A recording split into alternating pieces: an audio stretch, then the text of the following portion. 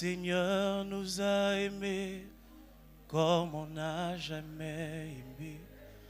Il nous guide chaque jour comme une étoile dans la nuit. Quand nous partageons le pain, il nous donne son amour. C'est le pain de l'amitié, le pain. Le Seigneur nous a aimés comme on n'a jamais aimé. Et il nous guide de chaque jour comme une étoile dans la nuit.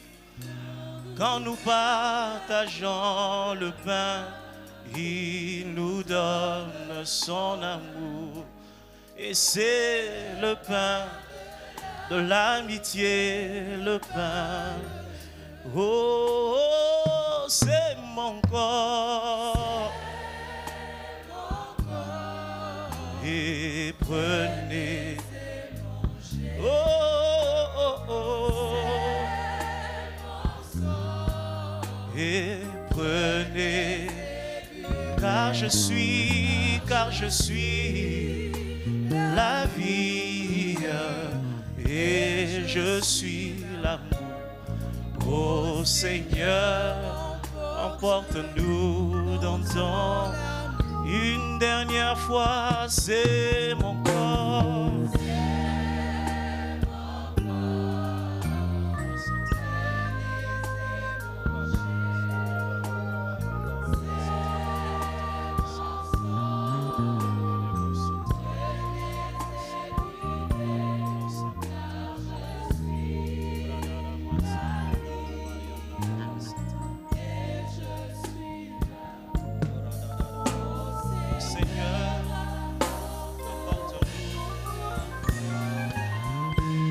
Alléluia. Pouvons-nous acclamer le Seigneur, celui qui s'appelle Adonai? Est-ce qu'on peut acclamer Adonai? Est-ce qu'on peut acclamer Adonai ce matin? Acclamons Adonai ce matin. Père, merci pour ce temps. Merci pour ta précieuse parole. Je te supplie, empêche-moi d'être un obstacle pour que quelqu'un reçoive ta parole. Utilise ces faibles mots et atteins tes objectifs au nom de Jésus. Quelqu'un m'aide à dire Amen. Est-ce qu'on peut encore acclamer le Seigneur pour ce magnifique moment dans sa présence? Que le Seigneur soit glorifié. Je dis merci au Seigneur pour ma présence ce matin, parce que la vie, le mouvement et l'être viennent de lui. Merci à mon pasteur qui me donne cette opportunité de pouvoir partager avec nous la parole en ce dimanche matin. Je voudrais nous inviter à lire 3 textes de la Bible rapidement avant de commenter. Le premier, il est dans Proverbe chapitre 2, verset 6. Proverbe 2, verset 6e. Proverbe 2, 6, la Bible déclare: car l'Éternel donne la sagesse, de sa bouche sortent la connaissance et l'intelligence. Car l'Éternel donne la sagesse, Proverbe 2, 6. Car l'Éternel donne la sagesse, de sa bouche sortent la connaissance et l'intelligence. Allons-y dans le Nouveau Testament maintenant, dans 1 Timothée, chapitre 1er, verset 18. Première épître, première lettre de Paul à Timothée, premier chapitre, verset 18. 1 Timothée 1, 18, la Bible dit ce qui suit.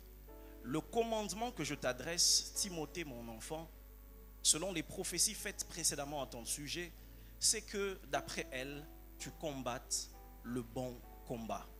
C'est que d'après elles, tu combattes le bon combat. Prenons notre dernier texte, qui sera le texte central, Matthieu chapitre 2e, à partir du verset 10.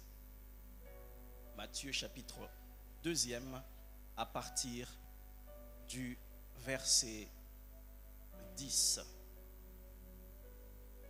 On va prendre les versets suivants également. La Bible déclare: quand ils eurent aperçu, on parle des mages, quand ils eurent aperçu l'étoile, ils furent saisis d'une très grande joie. Ils entrèrent dans la maison, virent le petit enfant avec Marie, sa mère, se prosternèrent et l'adorèrent. Ils ouvrirent ensuite leur trésor et lui offrirent en présent de l'or, de l'encens et de la myrrhe. Puis, divinement avertis en songe de ne pas retourner vers Hérode, ils regagnèrent leur pays par un autre chemin. Lorsqu'ils furent partis, voici un ange du Seigneur apparut en songe à Joseph et dit: lève-toi, prends le petit enfant et sa mère, fuis en Égypte. Quelqu'un peut dire après moi: fuis en Égypte. Fuis en Égypte et reste-y jusqu'à ce que je te parle, car Hérode cherchera le petit enfant pour le faire périr. Joseph se leva, prit de nuit le petit enfant et sa mère, et se retirant en Égypte, il y resta jusqu'à la mort d'Hérode, afin que s'accomplisse ce que le Seigneur avait annoncé par le prophète: j'ai appelé mon fils hors d'Égypte. Voilà, je pense qu'on peut même s'arrêter là, que le Seigneur soit béni ce matin. Alors le thème, la pensée que je voudrais aborder ce matin par la grâce de Dieu, je l'ai tiré de ce verset 13 de Matthieu chapitre 2, fuis en Égypte. Fuis en Égypte. Drôle d'instruction, fuis en Égypte. Proverbe chapitre 2, verset 6 nous dit que la sagesse, après avoir expliqué ou en expliquant, vous savez que dans le livre de Proverbes, l'auteur explique l'importance de la sagesse, comment la sagesse vaut plus que les perles, vaut plus que les trésors.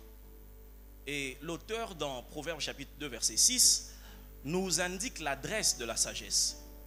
Il nous dit que de la bouche de Dieu sortent l'intelligence et la connaissance. Alléluia.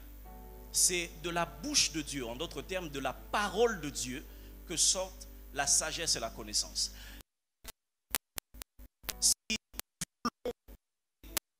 Puisque nous le devons appliquer nos cœurs à la sagesse, devenir plus sage, c'est la parole de Dieu, le contact avec la parole de Dieu, la révélation, la compréhension, la mise en pratique, puisque quand on parle de sagesse, on parle de la connaissance appliquée.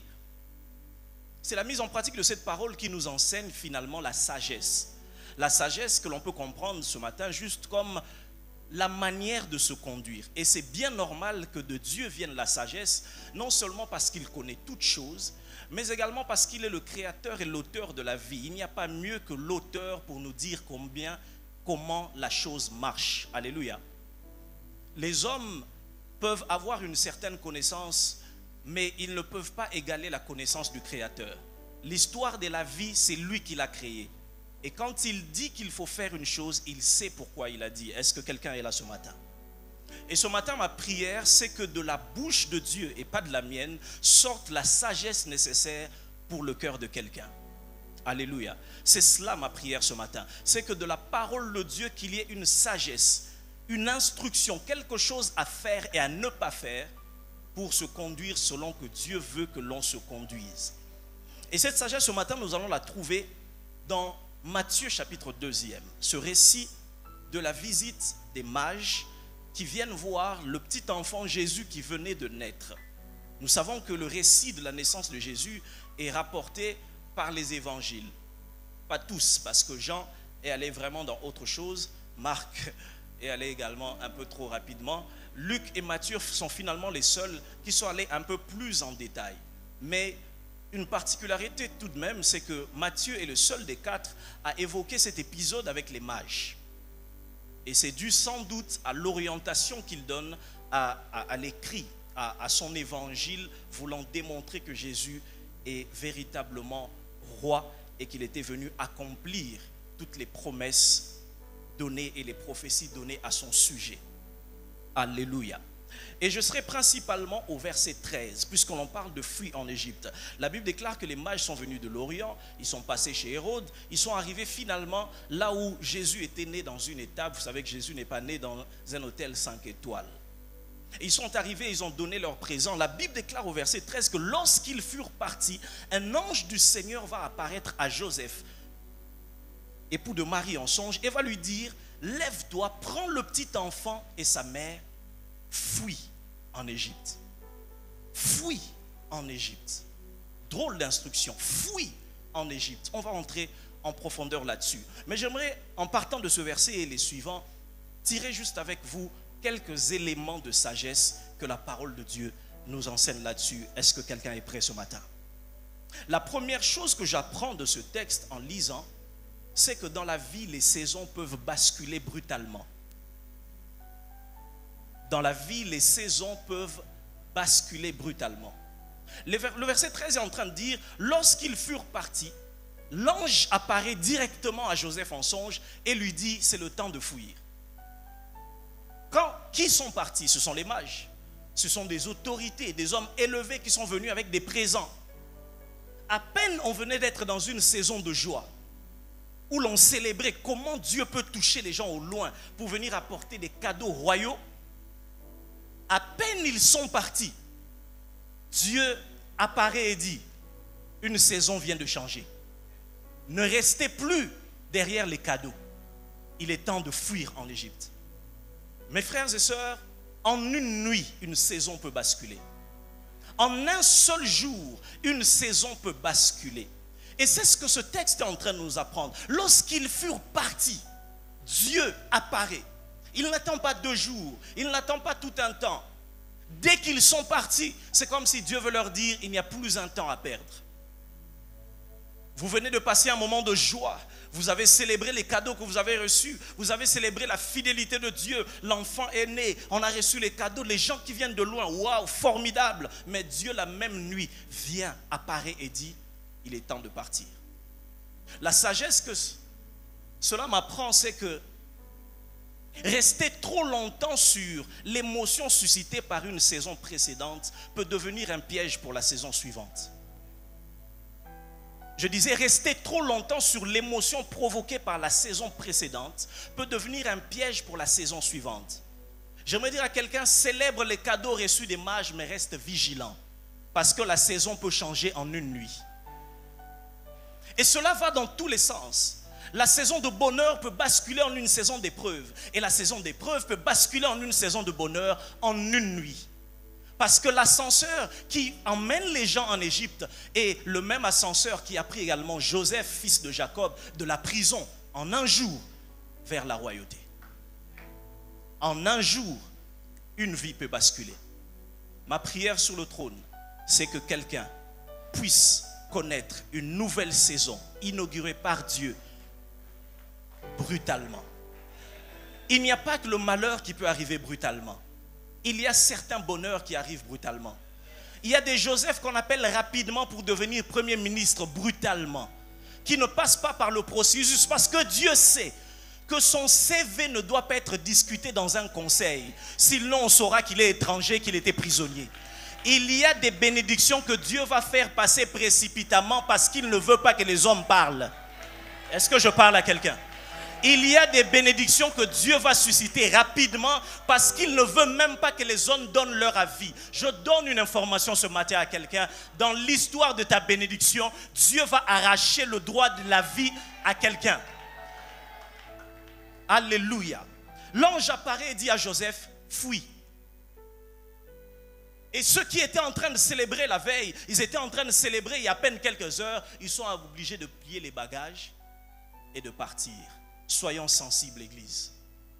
Soyons sensibles, Église. La Bible déclare, c'est pourquoi je comprends ce que la Bible dit. Le sage dit justement dans Ecclésiaste 3 qu'il y a un temps pour toutes choses.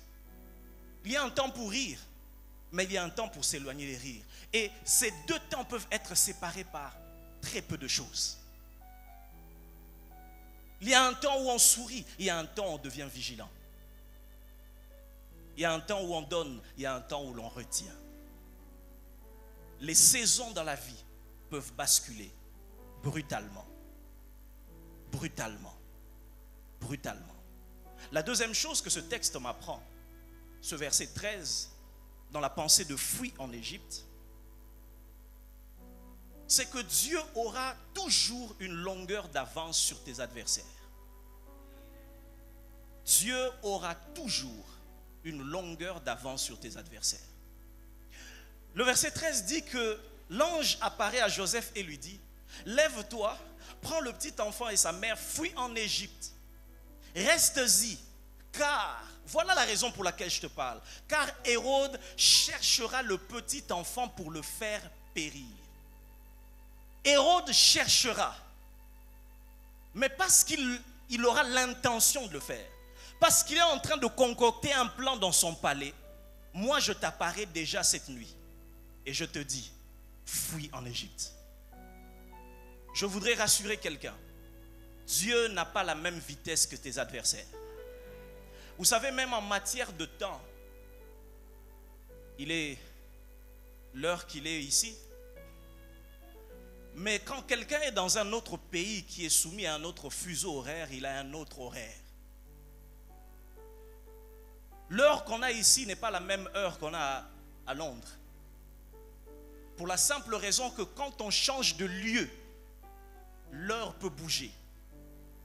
Et au moment où tes ennemis pensent que c'est l'heure d'en finir avec toi, j'aimerais dire à quelqu'un que le fuseau horaire de Dieu aura toujours un +1 sur le calendrier de tes adversaires. Chaque fois qu'ils ont prévu de le faire le premier, ils oublient que dans le calendrier de Dieu, il y a un 31 du mois précédent. Oh, est-ce que je parle à quelqu'un? Il y a un calendrier de Dieu qui prendra toujours en avance. Et avant que Hérode ne déploie ses militaires, avant que Hérode n'envoie les hommes tuer tous les enfants, Dieu apparaît déjà à Joseph et lui dit, il est temps de fuir, il est temps de fuir. Vous allez remarquer même avec moi bizarre, Dieu n'a pas freiné la main d'Hérode sur son projet. Il n'a pas empêché à Hérode de réaliser son projet macabre, mais il a donné de l'avance à Joseph. Il y a des choses dont Dieu va te sortir, pas parce qu'il va étouffer l'adversaire, mais parce qu'il va te donner une longueur d'avance. Quand ils arriveront, tu seras déjà parti. Quand ils arriveront, tu seras déjà parti. Je prie le Seigneur ce matin, que le Seigneur synchronise tes actions, afin que, conduit par l'Esprit, quand même tu te baisseras pour lasser tes chaussures, que ce soit le moment où la flèche qui a été lancée passe par-dessus toi. Parce que Dieu aura toujours de l'avance sur l'adversaire. J'aimerais reprendre cette parole que Dieu a dit à David dans le psaume 89.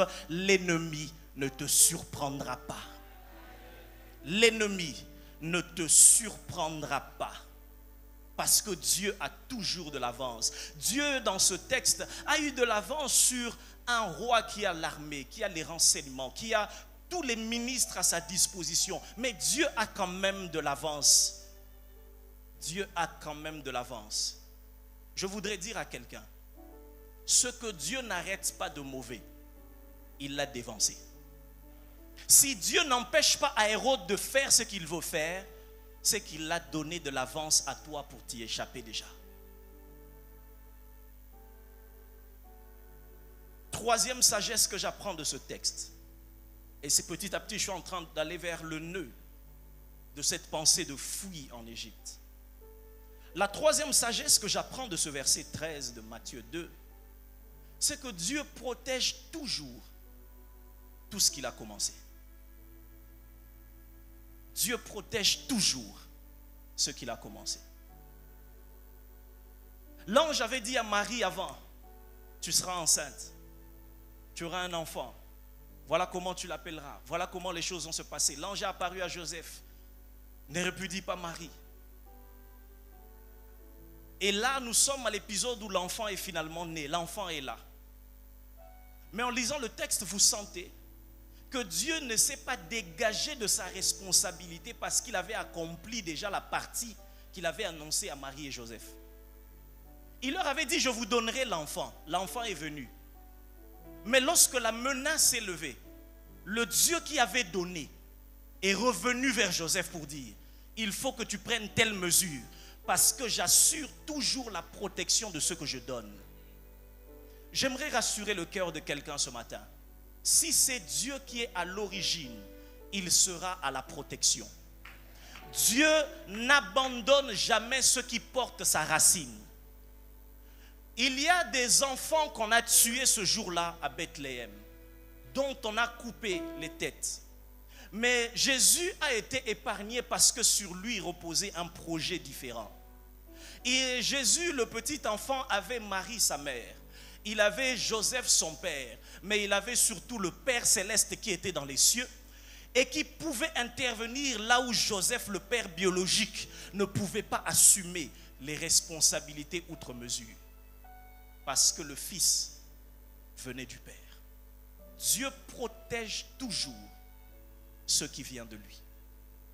Un homme de la Bible qui s'appelait Gamaliel, comme notre officiant de ce matin, parlant au Sanhédrin, a dit au sujet des disciples: laissons partir ces hommes, parce que si cette entreprise vient des hommes, elle va se détruire. Mais si elle vient de Dieu, ne courons pas le risque d'avoir combattu contre Dieu. Il veut leur dire, si c'est Dieu qui est à l'origine, on va trouver Dieu sur le chemin. Parce que quand Dieu commence un projet, il ne le largue pas et puis il s'en va. Il est toujours derrière tout ce qu'il a commencé. J'ai une bonne nouvelle pour quelqu'un. Si c'est Dieu qui a commencé cette affaire, alors il marchera avec toi. Si c'est Dieu qui a commencé, qui a initié cette histoire, alors il sera avec toi comme il a commencé. Alléluia. Alléluia. C'est pourquoi la Bible déclare dans Proverbes chapitre 10 verset 22 que c'est la bénédiction de l'Éternel qui enrichit. Mais Dieu ne fait pas qu'enrichir par sa bénédiction. Il veille à l'après-bénédiction. Parce que la Bible dit la bénédiction de l'Éternel enrichit et il ne la fait suivre d'aucun chagrin. En d'autres termes, chaque fois que Dieu envoie un colis, il surveille les arrières. Il surveille qui va venir. Dieu ne va pas t'abandonner dans une histoire. Il va te conduire parce qu'il s'appelle Emmanuel. Il a dit dans Jean 14, 6, je suis le chemin. Le chemin. Le chemin. Et le chemin veut dire que tant qu'on n'est pas arrivé, on est toujours sur le chemin.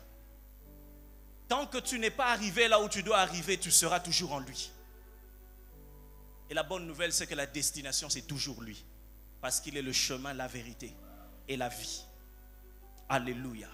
Dieu protège toujours ce qu'il a initié. Mais j'aimerais examiner avec vous, pendant ces quelques minutes qui restent, pour tirer encore quelques traits de sagesse que nous enseigne la parole de Dieu au sujet de ce texte. Et c'est là que ça devient un peu intriguant. Les mages viennent de partir. Est-ce que quelqu'un est avec moi? Les mages viennent de partir. Joseph est là. Un roi païen se lève et menace à la vie de l'enfant. Église, je nous rappelle que cet enfant n'est pas un prophète quelconque. Je vous rappelle que cet enfant, c'est le Fils de Dieu. L'image visible du Dieu invisible. L'empreinte de la personne de Dieu en qui sont cachés tous les trésors de la sagesse et de la connaissance. Le Seigneur Jésus lui-même se fait chair, arrive dans ce monde. Et un roi païen se lève, a l'audace de se lever et conçoit un plan pour tuer cet enfant en emportant même tous les autres qui étaient nés pendant la même période. Il y a une confrontation. Il y a une provocation. Il y a le combat contre un roi païen et le Fils de Dieu en personne. Est-ce que quelqu'un est avec moi? Il y a une provocation lancée par un roi qui ne connaît pas Dieu, dont le souffle de vie est limité, contre le Fils de Dieu, le véritable roi que les mages sont venus adorer. Et comme on l'a dit, Dieu a toujours une longueur d'avance. Gloire à Dieu. Il apparaît à Joseph. Mais c'est l'instruction qu'il donne à Joseph qui me dérange. Parce que l'ange, Dieu, anticipe le projet des Hérode. Est-ce que quelqu'un est avec moi? Mais il anticipe pour donner à Joseph une instruction qui semble me déranger. Il va lui dire, fuis en Égypte. Je vous rappelle qu'on parle du Fils de Dieu. Hein? Un roi païen ose défier le Fils de Dieu en personne. Et la solution de Dieu, c'est, Papa, Bokima, sortez. Comment Dieu peut-il fuir devant quelqu'un qu'il peut éteindre d'un seul trait? Est-ce que quelqu'un est toujours là? Comment Dieu peut-il donner une orientation de faiblesse? Comment El Shaddai peut dire au sujet de son propre fils, s'il y a bien un projet que Dieu pouvait et devait défendre sur la terre, c'est la vie du Fils de Dieu. De lui dépendait le salut de l'humanité. Mais il dit fouiller. Seigneur, je ne comprends pas. Aurais-tu peur d'affronter ce roi païen qui n'est que souffle et vapeur? C'est de cette interrogation que nous allons tirer quelques traits de sagesse en clôturant ce matin. Est-ce que quelqu'un est là? Fuis en Égypte. Fuir. Je vois Joseph dire non. J'ai vu un ange. Vous imaginez, vous avez une visitation angélique pour vous dire fuyez. Tu as prié, Seigneur, on me confronte au travail. Que l'on sache que tu es Dieu. Dieu t'apparaît. Et il te dit fuis. Ça fait bizarre, hein? Ah, si c'était moi, j'aurais dit sans effet. C'est certainement l'œuvre du malin qui veut me détourner. J'irai affronter Hérode et on saura qui est le véritable roi. Certainement, il va se passer quelque chose. Et même l'ange qui est apparu, il peut apparaître à Hérode. Quand Jacob était poursuivi par Laban, l'ange, Dieu est apparu à Laban la nuit et lui dit, n'ose pas faire du mal à Jacob. Quand la femme d'Abraham avait été prise par les étrangers, Dieu a apparu à ce roi et a dit, rends la femme de cet homme. Le fils de Dieu lui-même est menacé. Dieu dit, fuyez. Quelques traits de sagesse ce matin. Le premier trait de sagesse de cette instruction, c'est que Dieu nous enseigne que dans la vie, certains combats ne se remportent que lorsqu'on les évite.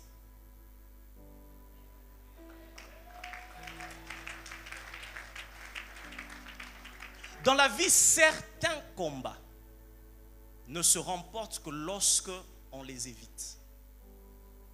Une victoire sur une bataille inutile est une forme de défaite. Une victoire dans une bataille dans laquelle Dieu ne vous veut pas est une forme de défaite.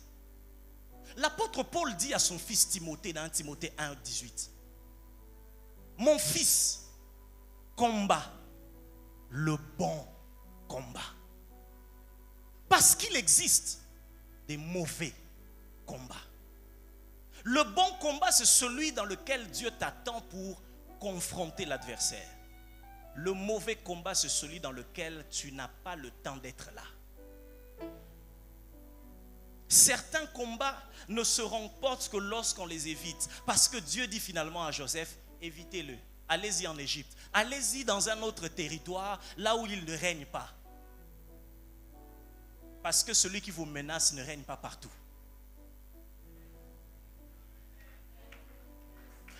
Hérode n'a pas de pouvoir sur l'Égypte. Mais moi, votre Dieu, je peux vous garder et ici et en Égypte. J'aimerais le dire encore à quelqu'un. Certains combats ne se remportent que quand on les évite. Ce n'est pas parce que Dieu est avec vous que vous devez tout faire et tout exercer tout le temps. Quelquefois, la solution de El Shaddai, c'est de vous faire éviter certains combats pour bien les remporter. Pourquoi Dieu leur demande de fuir? Parce que Dieu n'a pas l'intention de briser Hérode tout de suite. Église du Seigneur, la sagesse de la Bible m'apprend que Dieu ne détruira pas tous vos adversaires tout de suite. Qu'est-ce qui finalement a eu raison d'Hérode? La Bible déclare qu'ils sont partis en Égypte. Dieu avait dit, pars en Égypte jusqu'à ce que je te parle. Et Dieu lui a parlé dans les versets suivants. Et Dieu lui a parlé quand? Lorsque Hérode est mort. Il y a certains adversaires de votre vie que Dieu ne va pas écraser par la force. Il va écraser par un élément qui est à sa disposition, qui s'appelle le temps. Ce que Dieu va utiliser pour écraser Hérode, ce n'est pas la force, c'est le temps. Il y a des batailles que Dieu vous fera remporter seulement avec le temps. Je ne suis pas en train de dire que vous allez vous battre un peu. Je suis en train de dire que Dieu va juste laisser le temps s'écouler. Après, on va voir qui était de Dieu et qui n'était pas de Dieu. Alors il y a certaines batailles dans lesquelles vous ne devez pas vous engager. Vouloir prouver tout de suite que je suis de Dieu. Laissez le temps passer. Le maître a dit dans la parabole, laissez les deux croître. Quand ils vont croître, avec le temps, on verra clairement que ça c'est l'ivraie et ça c'est le blé. J'aimerais dire à quelqu'un ce matin, il n'y a pas le temps de se justifier dans les mauvais combats. Reste calme, Dieu va utiliser le temps pour détruire Hérode. Finalement, Hérode est mort sans avoir tué Jésus et sans que Joseph n'ait fait quoi que ce soit contre lui. Frère, il y a des adversaires. Est-ce que je suis en train de parler à quelqu'un? Là, dans cette famille, ne réponds même pas. Regarde-le et passe ton chemin. Non, mais on sent que Dieu, on dirait que Dieu n'est pas vraiment avec lui. Vraiment, Dieu, c'est vraiment compliqué. Laisse-leur le premier jour, laisse-leur le deuxième, laisse-leur le troisième. Ceux qui t'ont critiqués à la croix verront que la résurrection est encore possible. Car même quand on a défié le Christ sur la croix en disant si tu es fils de Dieu, descends de la croix, Dieu ne règle pas tous les problèmes tout de suite. Certains problèmes, il les règle 3 jours après. Venez au tombeau, vous verrez le tombeau vide. Vous demandez qu'un Messie descende de la croix, il ne descendra pas de la croix, mais il sortira du tombeau. Est-ce que je parle à quelqu'un? Est-ce que je parle à quelqu'un?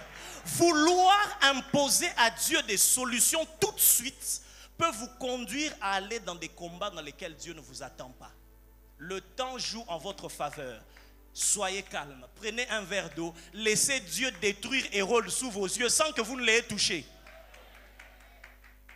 Et finalement, ce qui va se passer, c'est que Hérode avait conçu son plan afin de tuer l'enfant Jésus. Mais la Bible me montre finalement c'est lui qui est mort. Et Jésus est revenu calmement dans le pays d'Israël avec ses parents, Joseph et Marie. Car ce qu'ils ont prévu de te faire va leur arriver sans que tu ne fasses rien pour cela. Je disais ce que Hérode a prévu faire contre toi. C'est exactement la prophétie de ce qui va lui arriver. Car la Bible déclare que s'ils creusent une fosse, ils tomberont dans la fosse qu'ils ont creusée. Alors la sagesse de Dieu ce matin dit à quelqu'un, sors de certains combats. Sors de certains combats dans lesquels Dieu ne t'attend pas. Est-ce que tu peux dire avec moi, Dieu ne tuera pas Hérode tout de suite? Ce matin, je ne suis pas venu te dire que Dieu, demain, il va avoir quelque chose de signé et puis ton chef qui est méchant, on va l'enlever. Non, il est possible qu'il reste, il reste même très longtemps. Mais Dieu est capable de te garder par la sagesse d'éviter certains combats. Seigneur, fuir, c'est là que je vais vers ma conclusion. Mais qu'est-ce que les gens vont dire? Comment je vais expliquer aux gens que c'est le Fils de Dieu? D'ailleurs, j'avais vu les anges avant qu'ils ne naissent, quand ils m'ont vu fuir comme ça, comme un vagabond en Égypte en tenant l'enfant. Et puis pendant que je fuis, on me dit, c'est quel enfant? C'est le Fils de Dieu. Ah! Le Fils de Dieu, avec lequel vous fuyez comme ça de nuit comme des voleurs. Seigneur, qu'est-ce que tu fais de ta réputation? Et c'est là que la Bible est magnifique. La Bible déclare que Joseph se leva, prit le petit enfant et sa mère, il partit en Égypte. Le verset 15 dit, explique pourquoi Dieu a dit de fuir en Égypte.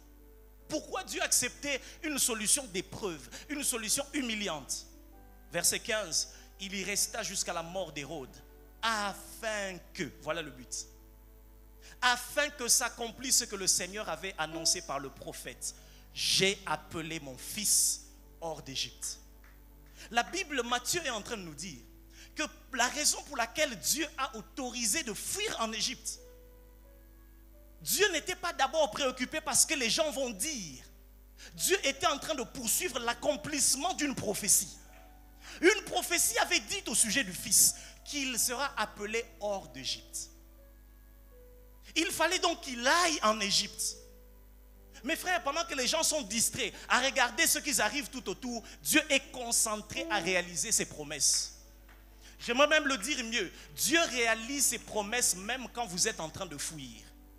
J'aimerais le dire encore mieux. Les moments d'épreuve ne sont pas des moments de pause dans le plan de Dieu. Le plan de Dieu continue à fonctionner très bien. J'aimerais le dire encore mieux. Il y a des prophéties de Osée qui ne s'accomplissent que lorsque vous fouillez.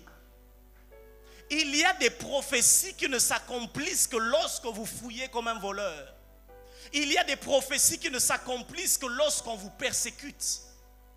Il y a des choses que vous ne vivrez pas si vous ne passez pas par le temps d'épreuve, afin que s'accomplisse ce que Dieu avait prévu. Ce que Dieu avait prévu. J'aimerais dire à un Joseph, fils de Jacob, que quand on te vend en Égypte, ce n'est pas un recul par rapport à la promesse. Dieu te fait avancer parce que c'est en Égypte que tu vas régner. Les épreuves de Dieu ne vous éloignent pas du plan de Dieu.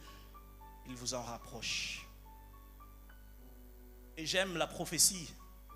Parce que la prophétie dit, Matthieu 15, et je sais peut-être que vous n'avez pas vu ça. Matthieu 2,15 dit, afin que s'accomplisse la prophétie qui disait, j'ai appelé mon fils hors d'Égypte. Mais là, Jésus n'est pas en train de sortir d'Égypte. Jésus est en train d'entrer en Égypte. Est-ce que quelqu'un est avec moi? Mais il dit que c'est afin que s'accomplisse la prophétie qui dit, j'ai appelé mon fils à sortir de l'Égypte. Mais là, Jésus ne sort pas. Jésus est en train d'entrer en Égypte. Chaque fois que Dieu vous conduit dans une épreuve, chaque épreuve a son billet retour au verseau. C'est comme ça que Dieu n'a pas prophétisé en disant il ira en Égypte. Il a préféré dire il sortira de l'Égypte. Parce que quand Dieu vous fait fuir par un temps d'humiliation, il a déjà prévu par la même prophétie de l'humiliation. Regarde bien au verseau, tu verras qu'il est écrit que tu en sortiras. J'aimerais encourager quelqu'un ce matin et lui dire, la même force de Dieu qui t'a emmené dans ce problème, la même force de Dieu t'en fera sortir. Car la prophétie disait que tu ne vas pas demeurer en Égypte, mais j'ai appelé mon fils hors d'Égypte. En d'autres termes, quand Joseph entre en Égypte, il sait déjà que j'entre avec mon billet de sortie. Parce que la prophétie dit, j'ai appelé mon fils hors d'Égypte. Mais finissons ce matin par ceci. Seigneur, explique-moi. Comment peux-tu appeler à l'improviste une famille dont la mère vient d'accoucher, une nuit, à faire un voyage sur des kilomètres pour aller se réfugier dans un pays étranger où ils n'ont même pas de famille? Dans leur propre pays, déjà quand il fallait accoucher, ils n'ont pas eu de place pour l'hôtellerie. Comment sera la vie dans un pays étranger, là où on n'a rien, là où on ne connaît personne? Seigneur, dans quoi est-ce que tu es en train de les conduire? Est-ce que quelqu'un n'a pas cette impression? Seigneur, tu es en train de me conduire quelque part, je ne sais pas comment je vais m'en sortir. Là où j'étais, c'était déjà un à peu près. Déjà, regarde, l'enfant a été accouché ici dans une étable. Ça, c'est dans notre propre pays.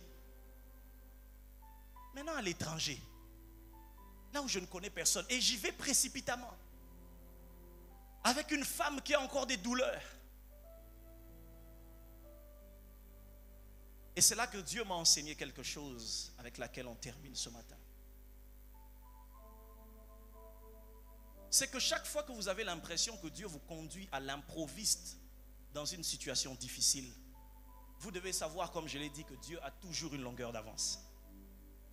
Parce que je me suis rendu compte que lorsqu'ils ont fui en Égypte, dans leur bagage, il n'y avait pas que ceux qu'ils avaient préparés pour le petit enfant. Il n'y avait pas que la layette. Le verset 13 dit que Dieu n'a donné cette instruction de fuir. Verset 13 commence en disant, lorsque les mages furent partis. Et qu'avaient laissé les mages? Les mages sont venus avec de l'or, avec de l'encens, avec de la myrrhe. Ils sont venus avec des cadeaux dignes des rois. En d'autres termes, lorsqu'ils sont en train de fuir en Égypte, ils avaient reçu une provision pour survivre dans une terre étrangère pendant longtemps, sans savoir pourquoi ils les avaient reçus. Dieu peut mettre entre tes mains quelque chose dont tu ne comprends pas l'importance maintenant, mais il va l'utiliser pour le temps de cette vache maigre. Est-ce que je parle à quelqu'un? Puisque les saisons se succèdent brutalement, Dieu a toujours une longueur d'avance. Chaque fois que les mages venaient, Dieu, c'est comme s'il attendait, déposer les cadeaux. Et puis là, vous pourrez fuir. Et c'est comme ça que je suis sûr qu'ils ne sont pas restés en Égypte en tant que vagabonds. Ils ne sont pas restés en Égypte en tant que mendiants, parce que le Dieu qui prend soin de ses enfants avait précédé les événements. C'est pourquoi même quand on t'a jeté dans le feu, on s'est dit maintenant qu'on l'a viré du boulot, il va mourir. Mais on te voit marcher calmement dans le feu. On te voit marcher avec le 4e homme. Pourquoi? Parce que 2 mois avant, Dieu t'avait fait rencontrer quelqu'un par hasard et il t'avait déjà dit, je suis dans une affaire, je t'appellerai. Et quand il te chasse, on se rend compte que cette personne-là t'appelle et tu es réembauché quelque part. Dieu aura toujours une longueur d'avance et Dieu ne t'emmènera jamais dans une épreuve dans laquelle il ne t'a pas donné les présents des mages. Je bénis Dieu parce que les mages ne sont pas des Romains. Je bénis Dieu parce que les mages ne sont pas des Juifs. Sinon, ils auraient donné à Joseph et Marie la monnaie qui s'utilise en Israël. Mais ils venaient de l'Orient, de loin. Ils ont donné des cadeaux pour lesquels Joseph et Marie n'auraient pas besoin d'aller vers l'échangeur. Il a donné des cadeaux qu'ils pouvaient utiliser déjà en Égypte et qu'ils n'étaient pas contraints de changer. En finissant ce matin dans les 3 minutes, 4 types de combats à éviter. Je vais juste les citer. 4 types de combats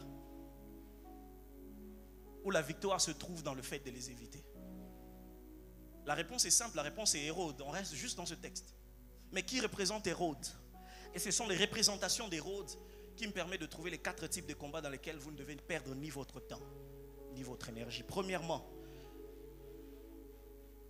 les combats qui vous opposent aux personnes que Dieu vous appelle à honorer.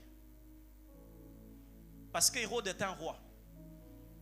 Et Dieu veut qu'on respecte l'autorité. Alors quand celui que Dieu vous appelle à honorer veut entrer en guerre contre vous, il faut laisser tomber. Vous gagnerez ce combat en l'évitant. Est-ce que quelqu'un est avec moi? Vous remporterez la bataille face à Goliath en lui coupant la tête. Vous remporterez la bataille face à Saül en évitant sa lance. C'est cela la sagesse de Dieu. Deuxième type de combat dans lequel vous n'avez pas le temps. Les combats dans lesquels les rapports de force sont anormalement disproportionnés. Hérode est un roi. Il a tout. Moi, je suis dans ma petite crèche. Je n'ai même pas une maternité normale. Pourquoi il veut me tuer? Comment un roi assis depuis longtemps, qui a tout, peut s'attaquer? Quand vous remarquez des combats, vous regardez l'adversaire, vous dites, il cherche quoi? N'y entrez pas. C'est un combat dans lequel vous allez perdre votre temps. Vous remporterez ce combat en l'évitant. Vous regardez l'adversaire, vous ne voyez même pas ce qu'il peut venir oser prendre chez vous. Qu'est-ce qu'un grand roi Hérode va aller chercher? C'est un petit enfant, il ne sait même pas parler. Non, il faut que je le tue, il faut que je le tue. Tu viens à peine d'arriver dans cette temps. Tu n'as rien fait. Ce n'est pas un combat dans lequel t'engager. Troisième type de combat, c'est les combats dans lesquels, les combats qui ne contribuent en rien à votre mission. Les combats qui ne contribuent en rien à votre mission. Lorsque Jésus a grandi, dans Luc 4, il dit, l'Esprit du Seigneur est sur moi. Il a cité, je n'ai pas vu là où il a cité pour renverser les rois. Alors, Dieu pouvait aussi, on peut dire, quand Hérode a menacé, répliquer par la force. Mais après quoi? Quand il aurait terrassé Hérode, et après quoi? Ça aurait sauvé l'humanité? Non. Restez concentrés sur ce que Dieu vous a dit. Certains combats dans la vie peuvent devenir des distractions. Est-ce que je parle à quelqu'un? Vous avez un projet vers cette fin d'année. Restez concentrés. Si ça ne contribue en rien à votre mission, si ça ne contribue en rien à votre appel, c'est une distraction à déclasser. Dernier type de combat qu'il faut éviter, c'est les batailles qui viennent lorsque vous êtes au début de quelque chose. Jésus n'était qu'un petit enfant. Le temps du commencement est un temps qui demande votre temps, votre concentration, votre travail. Et vous ne pouvez pas perdre votre temps au début des choses pour commencer à lutter avec des gens. Ce sont des distractions qui vous empêchent de grandir. J'aimerais dire à quelqu'un, même en Égypte, tu vas croître. Quand on dit que l'enfant croissait en sagesse, en stature et en grâce, l'Égypte aussi faisait partie. Le plus important pour toi, c'est de grandir dans cette entreprise. C'est de grandir dans ce que Dieu t'a donné. J'aimerais finir en vous citant, pour nous tous qui commençons petits, et tu te sens peut-être complexé face aux grands qui t'acculent. J'aimerais vous lire ces quelques mots d'un auteur chrétien.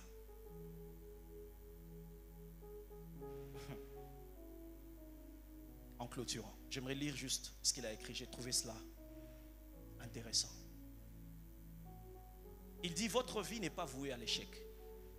Vous pouvez commencer faiblement comme le petit grain de sénévé, mais terminer votre parcours comme un grand arbre sur lequel viennent s'abriter les oiseaux du ciel. Vous pouvez passer du négligeable à la stature d'un abri pour plusieurs. Vos difficultés présentes ne vous conditionnent pas à l'échec. Elles servent à embellir l'histoire de votre succès. Car c'est dans le chemin parcouru que la victoire finale puise sa saveur. Comme David, croyez qu'avec Dieu, vous ferez des exploits. La pitié des hommes ne vous emmènera nulle part. La miséricorde de Dieu, quant à elle, vous conduira pas à pas jusqu'au sommet. L'une des spécialités du Dieu de la Bible est de tirer les malheureux de la poussière pour le faire asseoir avec les grands, de choisir les choses faibles, viles aux yeux du monde, de s'en servir afin de confondre les fortes. Un champion ne se reconnaît pas seulement au coup qu'il donne à son adversaire, mais aussi à sa capacité de rester debout après avoir subi les terribles coups sur le ring. Votre force en tant que combattant de la vie n'est pas seulement dans les coups que vous lancez, mais aussi dans ceux que vous encaissez sans abandonner. Pas seulement dans le nombre d'adversaires que vous avez battus, mais également dans le nombre de défis dont vous vous êtes relevé après avoir été mis à terre. Vous êtes le champion de Dieu et vous avez une mission à accomplir. L'auteur de ce texte est le prédicateur de ce matin. Prions pendant quelques minutes. J'aimerais juste qu'on courbe la tête. Tu vas juste élever ta voix et dire: Seigneur, donne-moi ta sagesse, afin de repérer les batailles dans lesquelles je n'ai rien à faire et les éviter pour me garantir la victoire. Est-ce que tu peux élever ta voix et parler à Dieu? Quelquefois la victoire, c'est fuir en Égypte. Fuir, fuir. Quand il commence à parler, fuis, ne réponds pas. Quand il commence à dire ne leur réponds pas. Combat disproportionné. Tu n'es qu'au tout début. Tu n'as pas besoin d'adversaires, tu as besoin de te solidifier. Ils ont plus d'années que toi, mais ils viennent te combattre. Parle au Seigneur ce matin. Parle au Seigneur ce matin.